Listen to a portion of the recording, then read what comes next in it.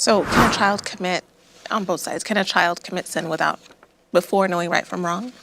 Yeah, I think if a child punches another kid in the face and doesn't realize that there's a consequence to that or that's wrong, it's still wrong. The fact that the other kid is hurt is the consequence of the sin that occurred. And it's that very consequence that teaches the kid, oh, this is wrong. It caused hurt to another person. So yeah, absolutely children can sin, but they learn from the consequences of their actions in the same way that adults do.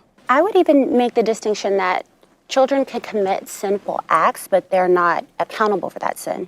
For instance, Deuteronomy 139 talks about how the children who are too young to know right and wrong or good and evil, they still enter the promised land. So can a child steal something? Yes. Are they guilty of stealing? No, because they're not accountable for that sin. So I just think the distinction between committing a sinful act and being guilty of sin is really, really, really important here.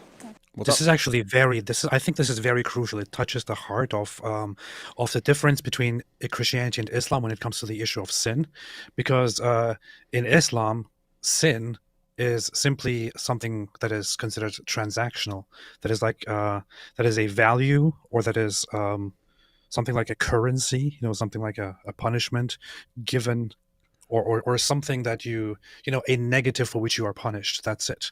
Whereas sin is considered quite different in Christianity. It's not about whether you are guilty of something or not. It's that the issue or the thing that is a sin is in and of itself bad, or it is the lack of good. It's not necessarily about whether you are actually doing something deliberately evil or engaging in evil with full responsibility or not. Sin is sin. Whether you are responsible for it or not is a different issue. It is so the issue of sin is much deeper in Christianity than it is in Islam. In Islam, it is just a transactional thing. That's it. In Islam, a child or a person becomes accountable for their sins after puberty. What? She just said you're not accountable for sins until puberty, and oopsie. In Islam, a child or a person becomes accountable for their sins after puberty. You catch that, guys? You become accountable for sins after puberty. We're going to talk about Aisha here in a second. Well, but that's when you're mature. That's when you're mature. Puberty. It's my daughter. So a child cannot necessarily be guilty of a sin. They could do something wrong, but they're not accountable for it yet until they've hit puberty, which is considered the age of maturity. Would that be 12, or what age would that be? It depends on yes, their own fathers, puberty different, age. yeah. I saw Christina grinning right there because she probably thought of the same thing I did. Let's pull these up, guys. Let's just pull these. Hang on. What? She just confirms basically the Islamic perspective versus the Christian perspective. The Islamic perspective is just that this is an issue of behavioralism and of just doing something good versus doing something bad, and being punished versus being rewarded. Whereas in Christianity, it's not. It doesn't quite work that way. It is like there is sin. There is sin in the world. There is corruption. There is the fall, and you do engage in sin whether you do it knowingly or unknowingly. However, bearing responsibility for that is then a different issue. So sin is objective. In Islam, it is simply a matter of discipline. That's what it is, because it's just something that you don't do in order to avoid punishment from Allah. It doesn't have any further depth to it. Sahih al-Bukhari. Look at the chapter heading. Giving one's young children in marriage is permissible. Why? By virtue of the statement of Allah. And for those who have no monthly courses, so no monthly period, i.e. they're still immature, so girls who are too young for a monthly menstrual cycle, Surah 65, verse 4. And the iddah for the girl before puberty is 3 months in the above verse. The girl before puberty. I just wanted to point out, I'm going to point out something else about these hadiths about Aisha, but we were just told that you are not responsible for your sin until you've gone through puberty. And yet you can marry girls before puberty, have sex with them before puberty, divorce them before puberty. So you can actually marry a girl who is not even accountable for what she does, according to these women and Islam. So you are not even accountable for what you do. You're not even accountable for your decisions, and you could be married off and be passed around by Muslim guys.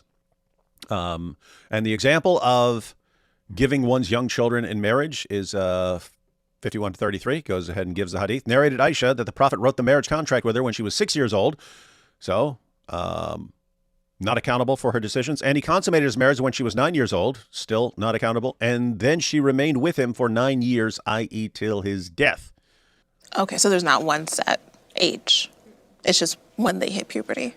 I see. I do have a question for the Muslim ladies, because in Sahih Muslim 2662, Aisha is at the funeral of a young boy, and it says that he's too young to have committed sin. So she's like telling Muhammad, surely he's in paradise because he's too young to have committed a sin. And Muhammad says, peradventure, it may be otherwise. So I'm just curious, in light of this idea that, you know, children are not guilty of sin, why would it be otherwise that he would be in paradise? All right, let's see how they answer.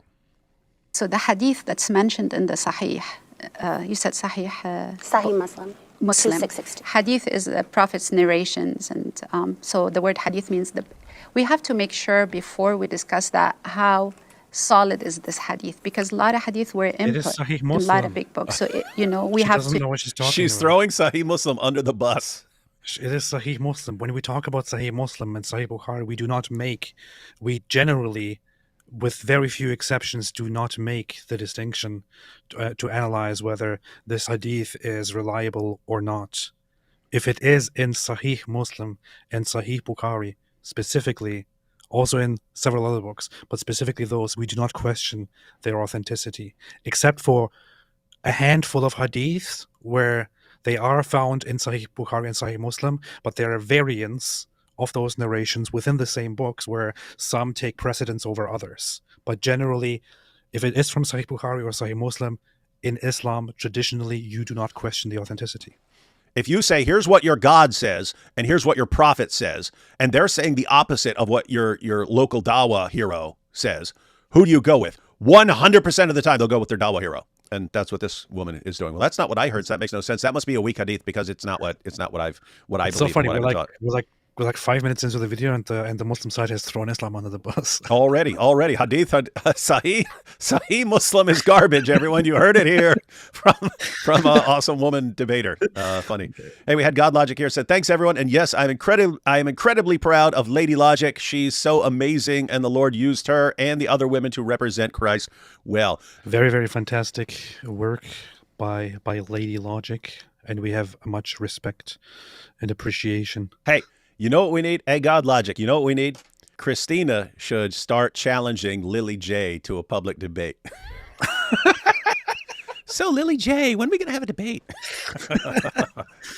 You know Lily J will never in a trillion years accept such a challenge, but it would be funny. It would be awesome. Investigate and see if it is the right hadith, and it will have an explanation to support what comes in the Quran. So all the prophetic hadiths, the original ones, they support what comes in the Quran. It can't be contradictory. Right, so this one is considered to be Sahih, which means authentic, right? No, it depends. It depends. No, it doesn't. No, it depend. depends. It doesn't No, it depend. Let's see. We can't assume that. But like I said, if there's a clear verse in the Quran that human beings are born without sin, the hadith that are supportive of that, they are the right hadith. Otherwise, it can be contradictory. Anna sort of sums up the position. She says, yeah, you guys have to look at the actual hadith and see if I agree with it. You can't just know that it's authentic just because my scholars said so. I love this, man. All the ladies on the Christian side seem sharp, man. Yeah. The Christians know about Islam, and the Muslims don't know about Islam. Isn't that amazing? The Christian women they obviously know more about Christianity, but they also know more about Islam than the Muslim ladies. And the Muslim ladies are just inventing it as they go along, or just reciting the dawah script that was given to them at some point.